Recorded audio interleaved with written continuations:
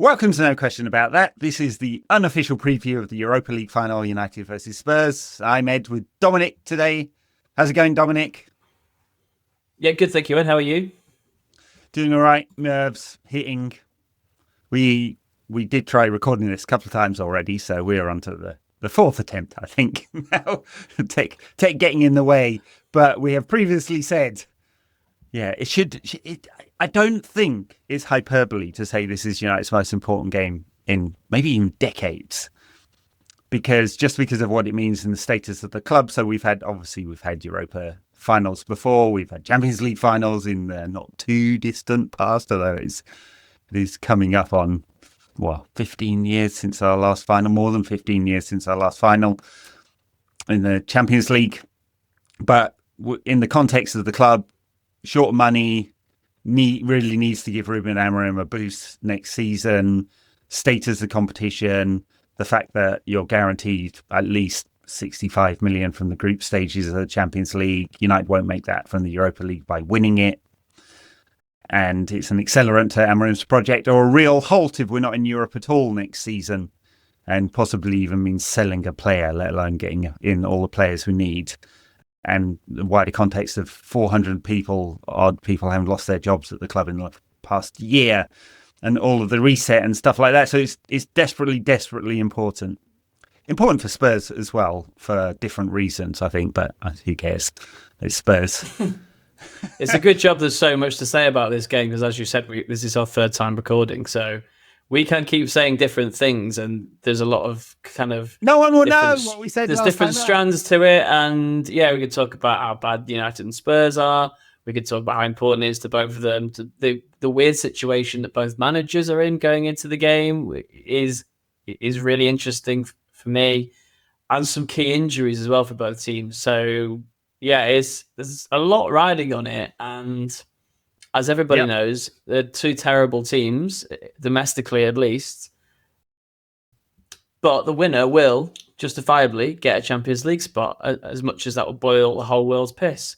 It will, yeah. It's going to be interesting in that way. His mind is being blown at this moment. He can't stand it, although he hasn't had a problem for the last 10 years. So he's newly found Jesus when it comes to Europa League winners not being afforded a place in the Champions League. But yeah, as we said on our previous recordings, if this was Brighton or Brentford or Fulham or Bournemouth or whoever, no one would care and it would be a fairy tale. But this is Manchester United, so we can't have nice things, or at least someone's got to fill some column inches. I did notice Martin Keown going at it. That man, he played 300 odd times for Arsenal, cannot stop thinking about Manchester United. That's all. He wakes up thinking United, goes to bed thinking about Manchester United. It is on his mind all the time. It's amazing, as it is for so many pundits. So there will be a whole bunch of randos asked by TalkSport to comment on this. But it is really important. It's really important for our club. It's really important for the fans going. We need some hope of some kind. There will be probably 30 or 40,000 United fans heading out, probably even more, heading over to Bilbao. It's logistically incredibly difficult. Okay, once you get to Bilbao, but just a hard place to get to, not too many direct flights. So people will be heading into Santander or Bordeaux or Vigo or wherever and getting a train or a bus or a car from there. And it's a city that's not that big, so the hotel infrastructure isn't exactly there either. It's a challenge for all European finals, just particularly the Europa League and the Conference League, if a big team managed to get to the final, and so there we are. We've got a couple of big teams with big fan bases all be travelling there. There are fan parks UEFA have confirmed for the many, many thousands of people who do not have tickets. I must admit, I looked at it when I didn't get the ballot ticket, and then UEFA immediately opened up the returns, and I was looking at them going, oh yeah, not too bad. A couple €100 for the final. I'll do that. $3,000 for the flight for me. It would be a bit cheaper from England, but not much. Not much. I looked at it. Yeah, probably quite similar actually. That's the main reason I didn't look any further, because I looked at the flights and thought probably not. But I do know, I've heard of people who are flying to Madrid and driving up Barcelona, and it's going to be crazy. It puts to mind to me the 2017 Champions League final. I lived in in Cardiff at that time, and the final was obviously in Cardiff. And I absolutely adore Cardiff as a city. It's a brilliant place. But if you're talking about hotels and availability of hotel rooms, availability of any accommodation, transport links to the city, it probably was not equipped to host Real Madrid and Juventus's fans. Yeah. And basically came to a standstill for a whole weekend. And yeah, I guess Bilbao is a similar sort of thing and hasn't hosted too many European finals in the past. And is this a blessing or a curse for UEFA that two really big clubs and big fan bases are in the final? I guess there's the thing you say about logistics that will come to define whether it's a good thing or a bad thing for UEFA. They're always pleased when United do well, I suspect, because it draws in more eyes and more fans. Oh, for sure. Yeah, for sure. It's important for the broadcasters and always the story around the world. Yeah, I just hope the Spanish police are sensible with their policing, unlike in France where they pepper spray for breakfast. All right, on to the actual game. So United have a few injuries, and mostly defensive injuries that concern Lenny Yoro. He has been training. Will he be ready or not? Luke Shaw's general fitness. Matthias de Ligt looks like he's not going to make it. There could be a surprise, but he hasn't played for quite some time. So those are the concerns, other than the fact that we're absolutely crap. That's a general concern. That's not so much a concern because Spurs are equally as crap. So, it cancels each other out. Spurs are in fact worse according to the league table, Aaron. 17th and we are 16th. Woo, take that, you spuds.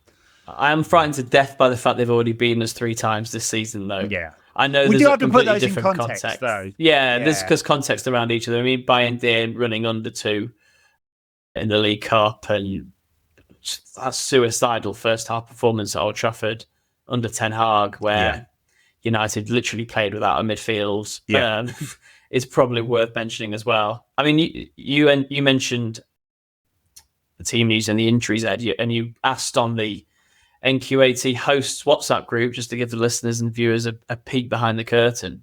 You asked what our teams would be for the final. And there's a couple of obviously doubts given the injuries. The really important doubts as well. The back 3 could basically change entirely depending on who's fit and not. Yep. I mean, Yoro is absolutely enormous for me. I think if he does miss it, it's a big miss. And we've seen him play Victor Lindelof lately on the right side of the 3, and I can't watch that in a final. His last game for United, gaff guaranteed. Just 100% guaranteed if he plays, he's making a horrendous error. Yeah, on the same side that Son will be playing for I just Spurs. hate it. He won't be able to track him. Just no chance. That's an absolute no for me. Yeah, it is a big problem. Lenny Yoro, Maguire gives us a solid base, and the question would then be: is it Mazraoui or Shaw as the other player? And depending on which side, Yoro can play on either side. His recovery pace has become really important. I think he's just grown in maturity, and also his ability to bring the ball out from the back and make an extra man in midfield. Pretty important for Amorim's tactical system, I think, especially in the build-up. And so, they will do absolutely everything to get him fit. Painkilling injections, rain dances, go see a healer, Dave Brailsford's EPO bags, whatever. All of them. If he's not fit, I would probably go with Maguire, Shaw and Mazraoui as the back 3 and just compromise on one of the wing-back positions, and maybe even move Ahmad back. That has an additional benefit, of course, if you do that, in that you may be able to get Mount, Bruno both in the team. If you do that, you certainly wouldn't be able to do if Ahmad's further forward. I don't know whether that's the important... that's going to be, who supports whoever the striker is. And I'm just going to assume it's Hojlund. I would do absolutely anything. I'd play a paper bag up there instead of Rasmus Hojlund because it's about as useful. Again, don't want to sound like some hyperbolic reactionary pylon merchant, but he's got 3 goals this season or whatever it is, and he's just been absolutely horrendous. He's playing worse as well. That's the worst problem is that he's actually turning in even more disastrous performances with each game. I mean, that Chelsea performance was... God, it's so bad. Really embarrassing. He barely touches the ball because he just can't get in the right positions. He spends his whole time fighting. And imagine him fighting with Romero all game. He's just not going to win a thing. It doesn't stick to him. he gives the ball away half the time. So what's the point if he touches the ball, like, let's say 15 times in the whole game, and 7 of those touches go to the opposition? Like, what is the point? And it makes United play in the wrong way because they go long to him as well. I'd be so tempted to play a false nine. I just can't see what is the downside of doing that, because everything else is a hope. Like, you hope he gets some movement, you hope he gets in the right place, you hope he doesn't lose the ball all the time, but that's no kind of strategy at all. No, but I just don't think we're going to see it. He hasn't trialed anyone really. He trialed Mainu for half a game, maybe 60 minutes earlier in the season as a sort of, I don't like saying a false nine when a player that's not a striker plays there, because they kind of still are playing as a 9. Just because they're not a natural striker doesn't really make it a false 9. Mm-hmm. United don't play with a striker that drops as deep as like a classic Firmino false 9 or someone like that. Well, right, yeah. But it could be anyone. Like you say, you put Ahmad there, put Mount there, they would do a better job. And like you say, you'd get more of your quality players in the side. I mean, my way of getting Mount and Bruno in the team, which I think is a necessity, is to play Bruno deep alongside Casemiro and drop Ugarte. I think Ugarte's been in quite poor form recently. He's passing seems to be way off it. I know what that does. I know it offers a lot less protection. And Spurs look like, without Kulusevski and probably Maddison, look like they'll probably go with quite a tight 3 in there. I think it'll probably be Sarr, Bissouma and Bentancur. So that's quite a sort of a hard-running physical 3. Can we afford to see Casemiro at times on his own in there, with Bruno sort of doing his thing, running around, and Mount further up the pitch as well? That's probably up to debate. I can see Ugarte giving the ball cheaply away and the Spurs sort of doing his own transition. That's a bit of a fear if Ugarte plays the way he has been doing. Yeah. Well, Ugarte has been widely commentated. Like, his numbers on interceptions, blocks, recoveries, tackles, like, they're all sky high. It's just he's such a one-dimensional player. This is no surprise to anyone who's seen him at Sporting or at Paris, right? This is just the player he is. If he is trying something more ambitious than a 5-yard pass, it's often fairly wayward, and he, probably for those reasons, doesn't try anything more ambitious than a 5-yard pass most of the time, and that really harms United's build-up. I mean, the challenge with Bruno and Casemiro, and apart from the defensive side of things, like, are we getting caught on the transition? Are you asking Casemiro to do too much work? Are you asking him to cover 40 yards of space, as Ten Hag did, and which he can't with his legs? Are you asking him to do the counter-pressing, or Bruno to do it? Because Bruno can be headless chicken. Casemiro can't cover 2 spaces at once. We know it, right? So it definitely would cause a problem. But also, both of them can be, let's say, very ambitious with their passing. I'm actually surprised about how Bruno adapted his game when he's played at 8 to become a bit more conservative, like showing what an all-round player he is. And he doesn't seem to have harned his creativity too much. He can still get into those forward positions. I haven't looked at the numbers, how often he's done that with Ugarte rather than Casemiro. Like, how often that pair have played together rather than the other way around, because I suspect Ugarte just gives that extra protection if Bruno wanders into forward areas. But it's a live question for Amorim. Like, I don't think the wing backs are certainties either. Like, I mean, you'd suspect it's going to be Mazraoui and Dorgu, depending on the which makes Victor Lindelof's appearance in the back 3 more likely if he goes with those 2, of course. I mean, he could go with Ahmad there. Dalot's not going to be fit, is he? So it's going to be Dalot's not going to be fit. Yeah, I don't think Ahmad will start there. He may well end up there if United are chasing the game and need attacking players on the pitch. As I suspect, Mount will probably start on the bench and end up on the pitch, and Bruno will end up deeper if and when United are chasing the game. That's the kind of thing that managers do in finals. They don't start all their attacking players because it's nice to have those tools off the bench.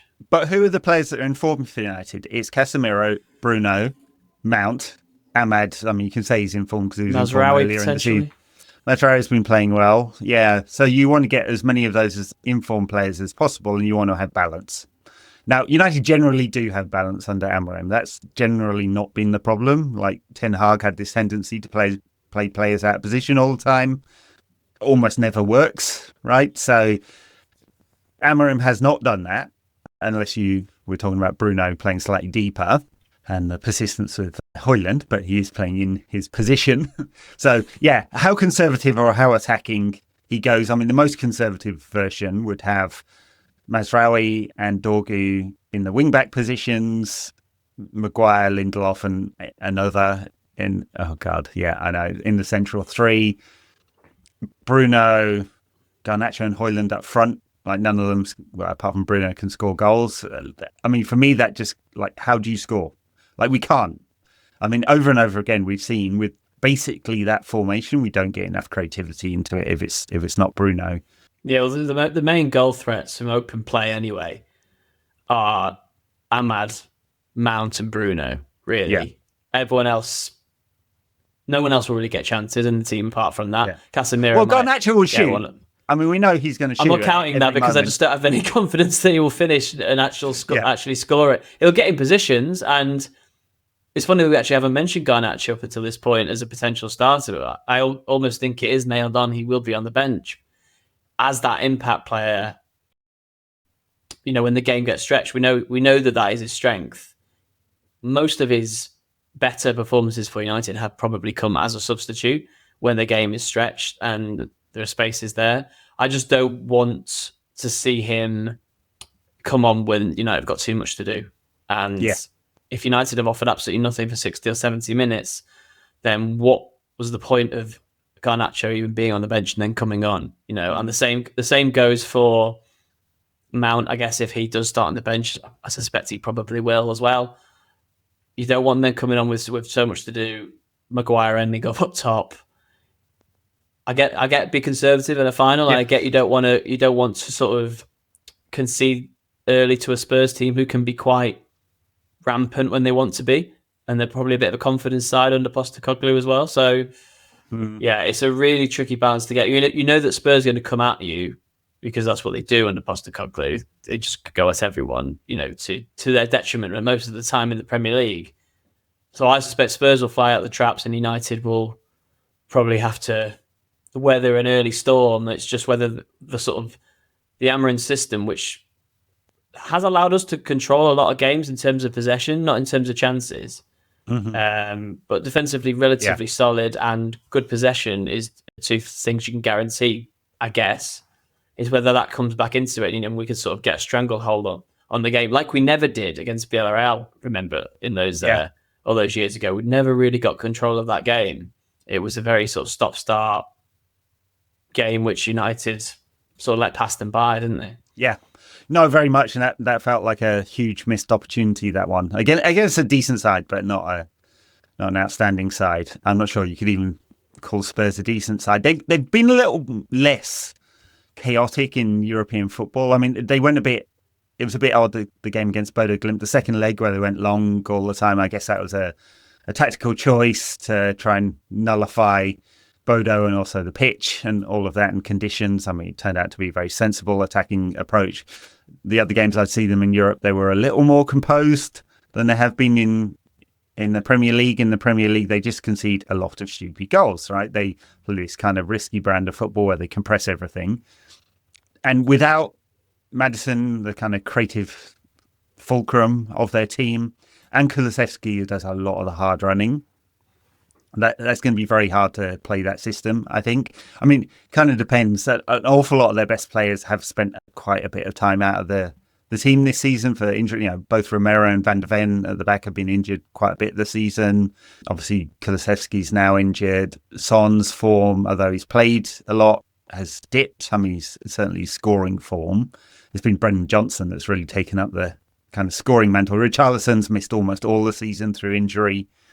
So Slanky is coming to form, start the season quite badly. So lot of question marks around the Spurs team as well that we'll face. I don't know how much Ruben Amorim would need to adapt his tactical system for Spurs. I suspect not a lot, right? You know, can we take the sting out of their fast start if that's how they're going to do by controlling possession? Because actually, if you take the whole piece, I mean, like there's individual things you can point to, but the whole piece of Amorim's system, he has stopped a lot of the chaos and the number of shots. Like, we are not conceding 20 shots a game by any means. Now, are we still conceding good chances? Yeah. Does Onana chuck one in every now and again? Absolutely. Can we see brain dead stuff still? As good as Harry Maguire's form's been, will he be tempted to pass a 5-yard ball to the opposition player? Yeah, for sure. He will. Yeah. It's on. It's always on. That's the problem. You can't trust this lot. We know that. And you especially can't trust them when the going gets tough and when the chips are down. These past few league performances have told me a lot about this team. I know we already knew they were bad and we already knew there was a bit of a mentality problem, but just the lack of urgency, the lack of motivation. I mean, I know we don't need to win. The best we can do in the league is finish 13th or 14th. But Chelsea played poorly the other night and we let them. We let them just play at half speed and completely waste time towards the end. They didn't really outplay us, but they did enough to beat us because we just rolled over, really. Yeah, last 15, 20 minutes. I mean, where was the urgency? There was nothing. There was nothing there. But that has to be mentality, because if that had been the Europa League semi-final, we'd have been chucking everything at it. We've seen, haven't we? Yeah, I mean, Lyon game, the desperation, the urgency, something happened there.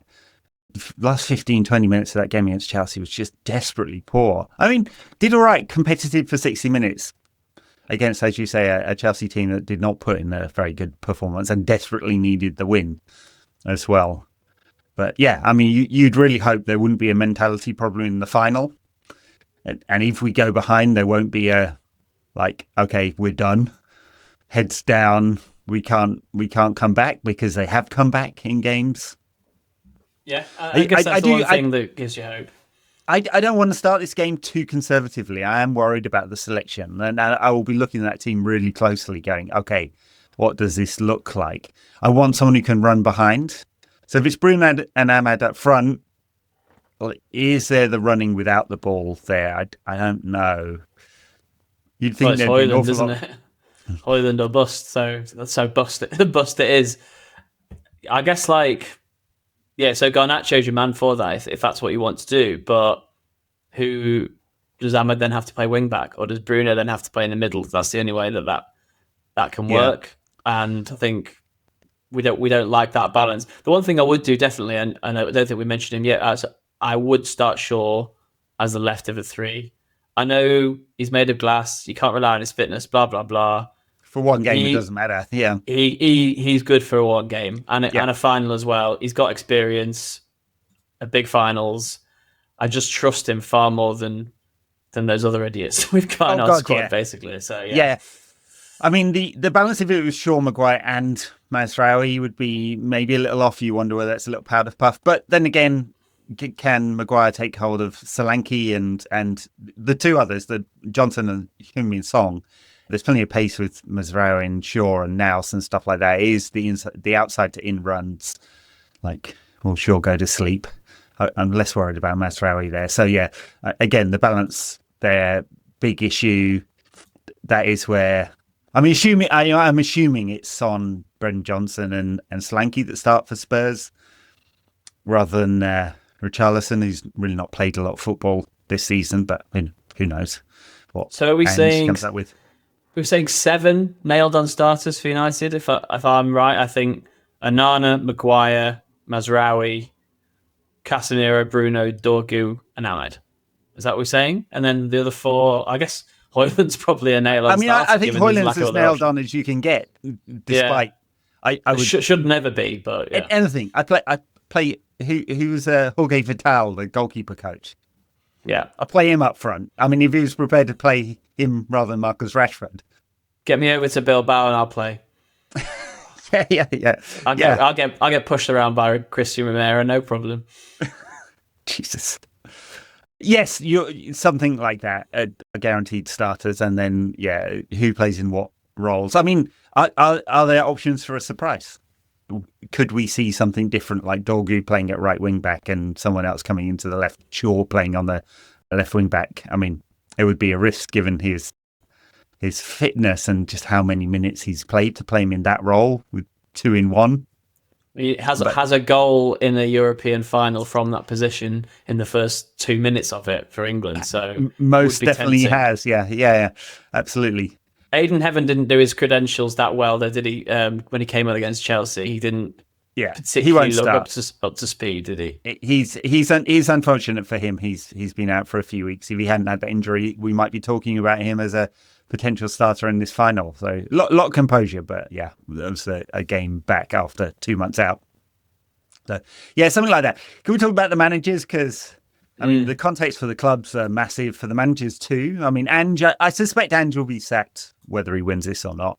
I mean, Daniel Levy's not the one to make an emotional decision about a cup final victory. I suspect Spurs fans have had enough. Like, what is the excuse, honestly, for how bad they've been in a second season? I mean, you can say injuries, but it's no more injuries than any other club, really. Just injuries, mate. That's the reason, mate. It's funny that, isn't it? The Amorim will almost certainly survive, win or lose the final, and Ange will almost certainly go win or lose the final. I mean, it shows the sort of trajectories that both managers are on, but the lack of an emotional decision to sack a manager even after winning a final, Ed. I mean, I'm getting deja vu from last year's FA Cup, to be honest. Yeah, for sure. Maybe Daniel Levy should advise Ineos on some of their decision making. All the things that he has done wrong at Spurs. He is quite a decisive character, and has made some terrible appointments, and they've made some bad signings, but quite a good negotiator and quite a decisive man. So has strengths for sure. That's the historical reputation, isn't it? I don't know whether that's true anymore. Apart from the hardball negotiation piece, like they've got a beautiful new stadium, and in the long run that will serve them well.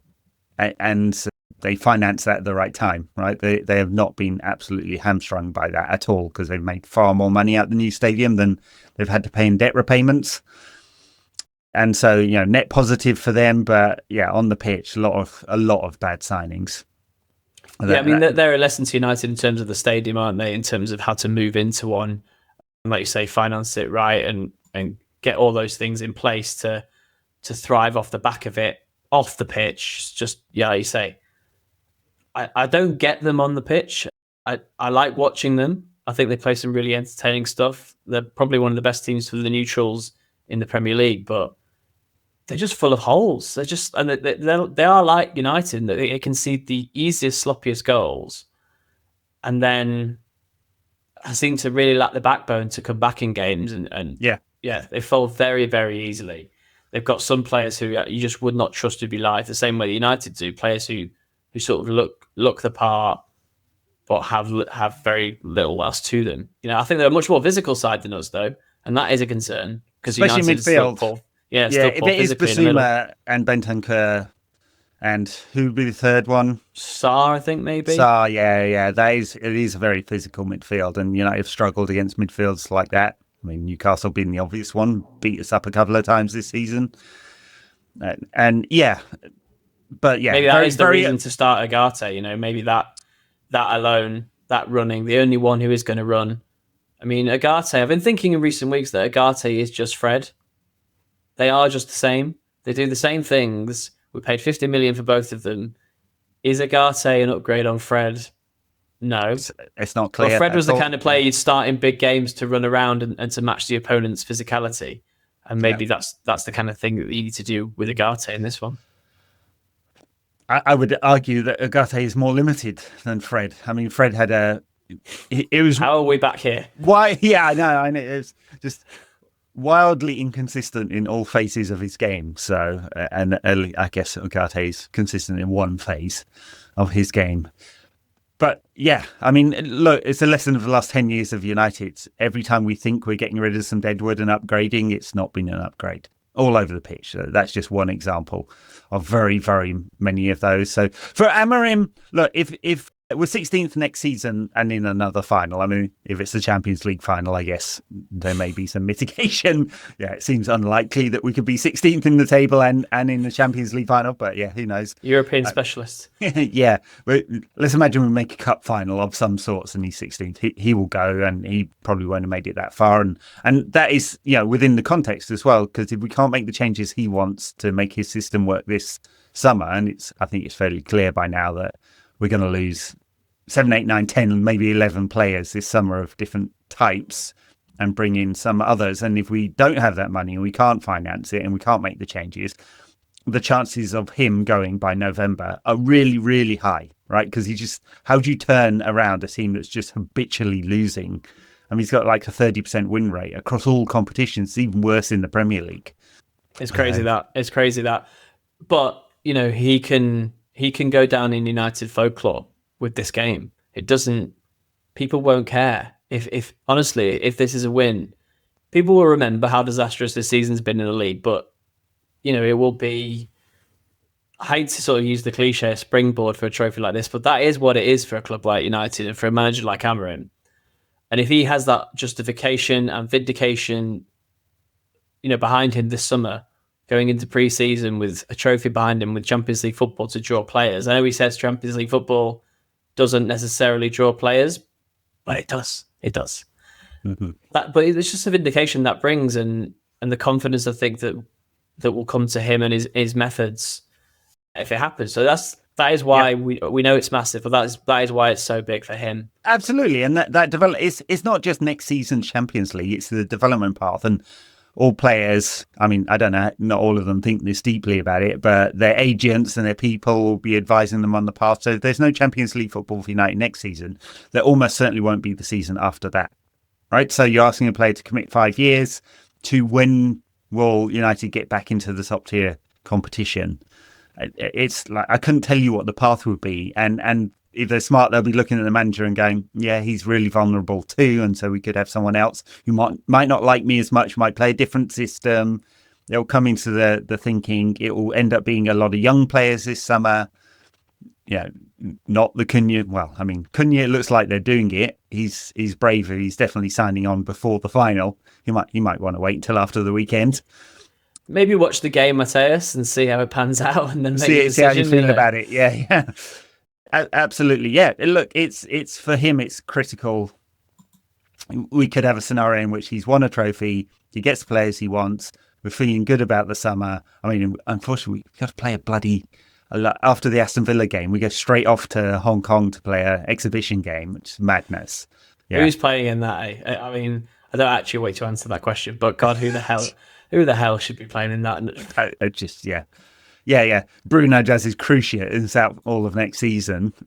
Has he got to play internationals as well in June, I think, for Portugal? Yeah, early June, there's internationals, yeah.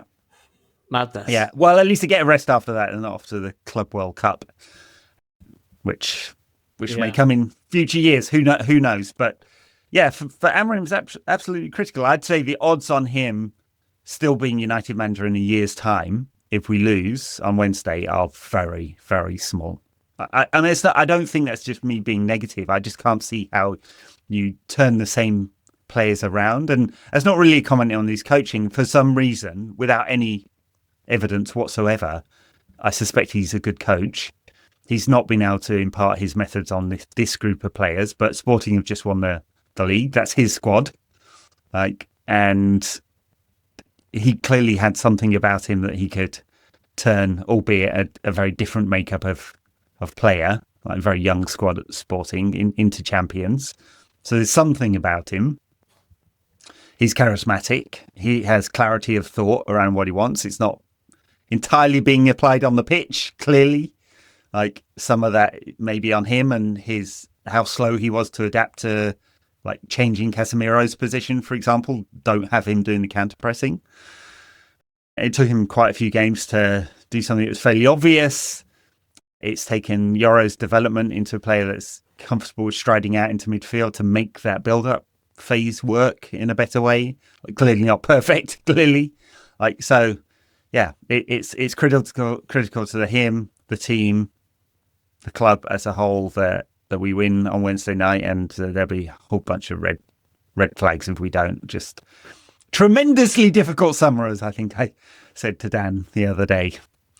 Is this the biggest game since that Villarreal final then? Is that what we're saying? I think it's bigger because the context is different. Yeah, it's the context is we were running out of cash and we just fired half the staff at the club. Yeah. Yeah, and it's not just austerity Jim because he loves a P45, although I suspect he might get a little chubby from doing that just because, it's Jim and all of that. Power. But, yeah, I think he probably does. But yeah, the club's in a worse state than that final. Much worse state. I think it's all building up for a penalty shootout and for Andre Onana to do his best homage to David De Gea in 2021 and just dive past 11 penalties and then miss one himself. I've said this to a few people in the last few days and a few United fans, and they've shuddered in fear. It's not that they don't think it'll happen; it's that the parallels could be crazily similar. Because we know Onana is a terrible penalty saver, right? God, so bad. You know what? If I was the keeper coach, for mentioning him, or Gay Vital or George Vital, if I was, I'd just say stand still, mate, and see what you can do. See if you can react to one, because there will be one of 5 penalties or 11 penalties or however many it turns out to be that goes fairly straight. React to the ball and just try and react to the ball. Don't try and anticipate. I mean, it's his problem with goalkeeping generally, Onana, that he tries to anticipate, so he takes those 2 steps the wrong way and can't get that and the general handling of the ball.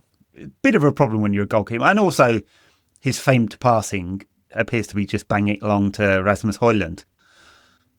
So yeah, only Manchester United could sign a goalkeeper who'd been in the Champions League final the previous season, and whose performance in the Champions League group stage for United was so horrific that I'd never want to see him play Champions League football for us again.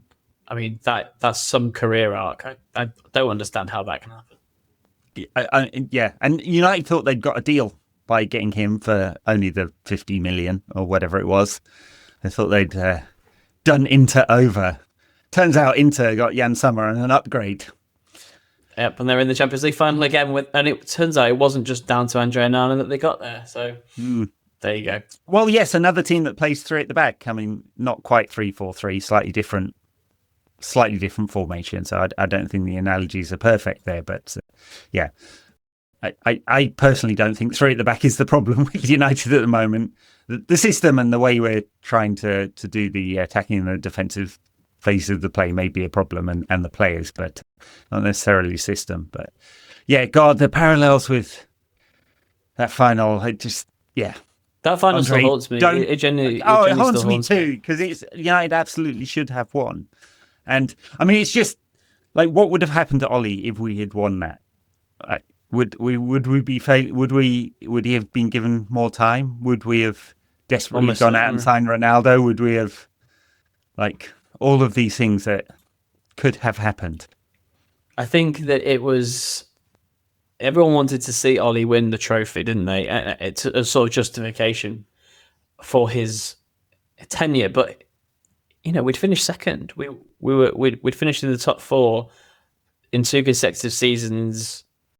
In his 2 full seasons in charge, we had a way of playing. We had a team. It wasn't perfect. I think he would have given him more time. It would have bought him probably the whole of the next season. It's funny what trophies can do, because we know that Ollie's quote about them is that sometimes they can mask your progress. It can show progress where it's not there. And I think winning the FA Cup under Ten Hag is the justification for that Solskjaer statement. Having said all that, Amorim needs it. He has nothing else to fall back on. He has no league form. He has absolutely nothing else to fall back on. But if he wins this final, then not all will be forgiven, because it's probably the start of something rather than the end of something. But God, it's important. I just don't want to see Spurs win a European trophy, even if it's against us in the final. I don't want to see it. No, for reasons known only to him. My dad is a Spurs fan, so there'll be some WhatsApp bants for sure. You're like David Beckham. Yeah, we're an international family. My dad lives in Australia. I'm over in the States. My sisters are Sheffield Wednesday fans. Long story. Long story. All right, before we go, let's go through your 1 to 11. Not what you think Amorim will do, what you would do if you were manager for the day. You've won the competition. You have a choice between playing up front instead of Rasmus Hojlund. I'll be the manager, competition that he won, or your manager for the day. What is your 11? And then we'll have a prediction. So your 11. Dom's 11. That's what it'll come down to one day. We will be giving competitions out for who'll be the United manager. So for the final, I'm going Onana in goal, Euro if fit, Maguire, Shaw, Mazraoui, Casemiro, Bruno deep, Dorgu, Ahmad, Mount, and then I'll play Mainu as a 9. That's what I'll do. And I've got Garnacho on the bench and Hojlund back in Manchester. And my prediction is that I don't want to make a prediction. I think Spurs are going to win. That is my genuine prediction. Maybe an extra time or 2-1 an extra time or something. Sorry. Oh, please. I know. I'm never that guy. I'm never that pessimistic guy. But I feel it. You and Martin Keown predicting a Spurs win. That's Arsenal's Martin Keown. I'm in no way affiliated to either Arsenal or Spurs, but I just don't see us winning. Sorry. All right. So my team, Onana, unfortunately, because for all his many, many faults, and I hope this is his last game for United. I'm sure he's a lovely guy, Andre. He seems like a lovely guy, but he's been a failure as United player, but he's better than Altay Bayindir, who's also a terrible keeper. So Onana, Euro, Maguire, Shaw, and I'm assuming that Euro is fit. If he's not, Mazraoui, and I'd change the wing-back position. Mazraoui, Casemiro, Ugarte, Dorgu. Ugarte I'd have in there, just the physicality and the transitions. Bruno, Ahmad as the forward and Garnacho. And I'd probably not have Mount because I'm not sure he's fit enough. But I could be persuaded to play Mount in there instead of Ahmad up front and Ahmad at wing-back. And Mazraoui back in the back three. If fitness prevailed, but I think that would be my 11. But I honestly, when I asked that question on the WhatsApp group, I went onto the lineup builder and did about 12 different variants of that. So there you go. That's why I'm not paid the big bucks for picking teams. And Amorim's going to end up picking Hojlund up front. So we've probably both done a better job than that already, to be honest. I know why he's going to do it, but I'd be very, very surprised if Hojlund makes a telling difference in this final. I'd be shocked, and it would be against all logic. And I don't think you could point to it and go, yeah, see? Because told you so. Told you so, yeah. Real shame Josh Xerxes couldn't quite make it back in terms of It is. fitness. He's not a goal scorer, but he'd make the team better for sure. Yeah. You're at the roulette wheel with Hojlund, and you're putting everything on a specific number, not even red or black. I don't think there's a 50-50 chance he has a good game. I think there's a minuscule chance he has a good game, because when's the last time he had a good game? So, 2023. He scored against Leicester, but he wasn't good in that game, and he miscontrolled it twice before finishing. So I just, and even the one he scored the other day where he had the tap in, he did his very, very best to pass it back to the goalkeeper, who managed to dive over the top of it. So, All right, my prediction, I think United will win somehow in extra time. Harry Maguire, diving header. The scenes, imagine. Scenes, where do you want your statue, Harry? Absolutely anywhere he wants. Looking forward to it in a really perverse way, Ed. All right, so am I. God. We will be on again tomorrow with a deeper tactical preview with Darnish and Daniel, assuming they can both make it. And I will be doing the match review with a former host, Paul, who asked, I mentioned this on the pod before, got in touch. He was like, I haven't been on for a year. I think big I should games do the only. final. Yeah, big games only. He's earned fair it. Enough. It's fair enough. Fair enough. It is fair enough. All right. Thanks a lot, Dominic. Cheers, Ed. Catch you soon. Thanks a lot, everyone, for listening or watching wherever you are. You can find us in all the normal places, which you know because you found us. Catch you again after the game. Bye now.